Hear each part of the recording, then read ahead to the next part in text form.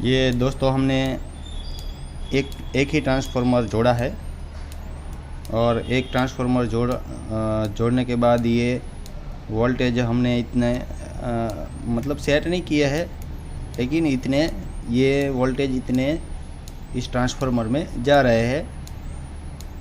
ठीक है, 300 के आसपास।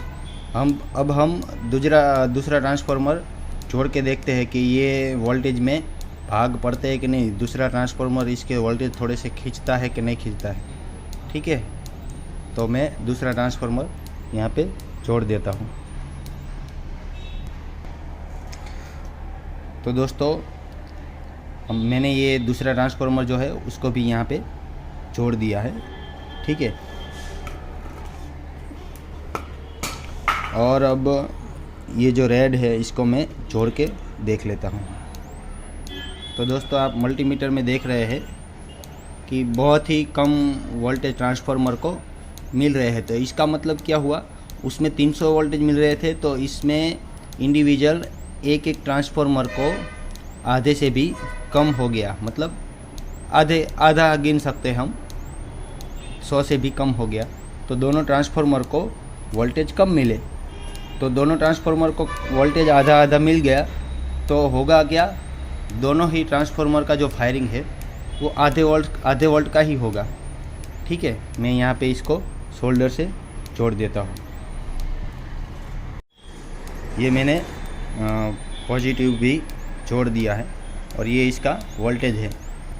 तो अब हम इसका फायरिंग करके देखते हैं कि फायरिंग में कितना फ़र्क पड़ा। तो आप देख रहे हैं कि इंडिविजुअल एक ट्रांसफार्मर जब हमने लगाया था तो जितना फायरिंग हो रहा था उनसे आधा फायरिंग ही हो रहा है। ये दूसरा, मतलब दोनों में एक जैसा फायरिंग हो रहा है, क्योंकि यहाँ पे वोल्टेज का भाग पड़ गया। दोनों ट्रांसफार्मर को आधा मिल गया है। दोनों ट्रांसफार्मर को आधा वोल्टेज मिलने की वजह से जितना एक ट्रांसफार्मर फायरिंग करता है, जितना वोल्टेज निकालता है उतना नहीं निकाल पाता, क्योंकि उसको आधा वोल्टेज ही मिलते हैं और इसको भी आधे ही मिलते हैं। तो दो ट्रांसफार्मर जॉइंट करने का कोई फ़ायदा नहीं है। अब हम ये देखते हैं कि दोनों का अर्थिंग और दोनों का पावर साथ में जोड़ के फिर देखते हैं कि जो पहले जैसा जितना फायरिंग था उतना फायरिंग हुआ है कि नहीं हुआ है। ठीक है, तो मैं दोनों का पावर और दोनों का अर्थिंग जोड़ देता हूँ। तो दोस्तों मैंने यहाँ पे दोनों का अर्थ एक कर दिया है और दोनों का पावर भी एक कर दिया है।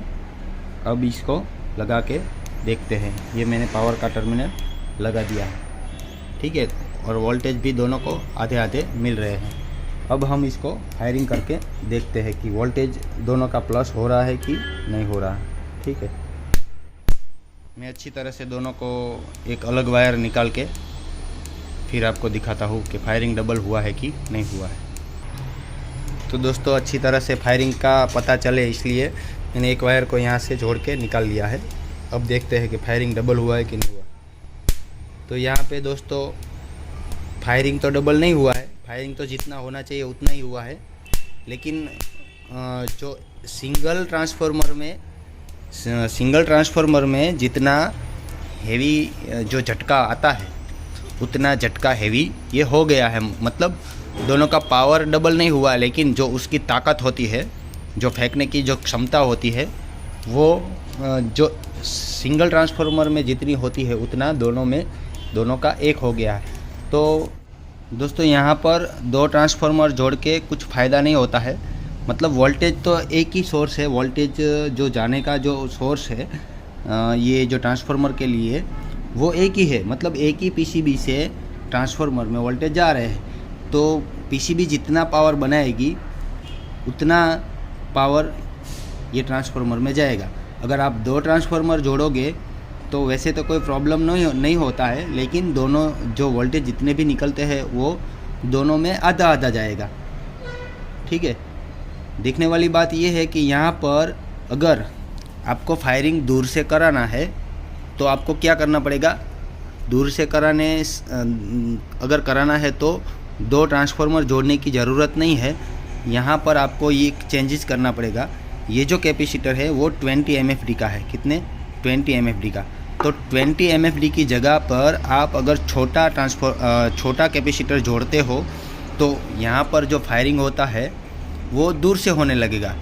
अगर आप यहाँ पे 20 MFD की जगह आप 25, 30 ऐसे MFD आप बढ़ाते जाओगे, 36 का आता है, 25 के बाद 36 का, तो अगर 36 MFD का आप कैपेसिटर लगाओगे तो क्या होगा, तो भी ये ट्रांसफार्मर में वोल्टेज कम जाएंगे। तो इसका मतलब आप जितना बड़ा ट्रांसफार्मर लगाओगे मतलब कम जाएगा, मतलब इसमें वोल्टेज कम जाएगा तो आउटपुट कम निकलेगा। तो अगर आपको यहाँ पे ज़्यादा दूर से पावर निकालना है तो आपको क्या करना पड़ेगा, ये जो कैपेसिटर है वो छोटा करना पड़ेगा। और अगर नज़दीक से आपको फायरिंग कराना है, मतलब इसकी ताकत बढ़ाना है, जो फायरिंग की जो ताकत होती है, फेंकने की जो क्षमता होती है, वो फेंकने की क्षमता अगर आपको बढ़ानी है तो आपको क्या करना पड़ेगा, ये जो 20 MFD है उसकी जगह पे आपको 25 MFD, 36 MFD का कैपेसिटर डालना पड़ेगा। इससे क्या होगा, पावर यहाँ से दूर से निकलना कम हो जाएगा, लेकिन उसकी जो फेंकने की जो क्षमता है वो बढ़ जाती है।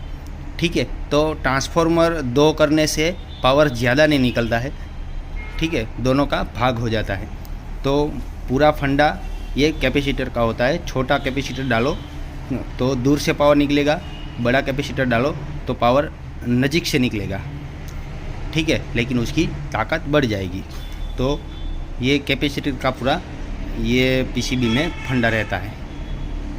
मैं आशा करता हूँ आप लोग समझ गए होंगे। एक भाई का कमेंट आया था इसलिए मेरे को ये वीडियो बनाना पड़ा, 2 ट्रांसफार्मर जोड़ के, ठीक है। तो 2 ट्रांसफार्मर जोड़ने का कोई फ़ायदा नहीं है। अगर आपको पावर बढ़ाना या घटाना है तो ये कैपेसिटर में चेंजेस करना पड़ेगा, लेकिन इसके भी मैंने जैसा कहा वैसा होता है। दूर से पावर निकलता है तो यहाँ पे कैपेसिटर जो है वो छोटा होता है, मतलब इसकी जो फेंकने की क्षमता होती है वो कम हो जाती है।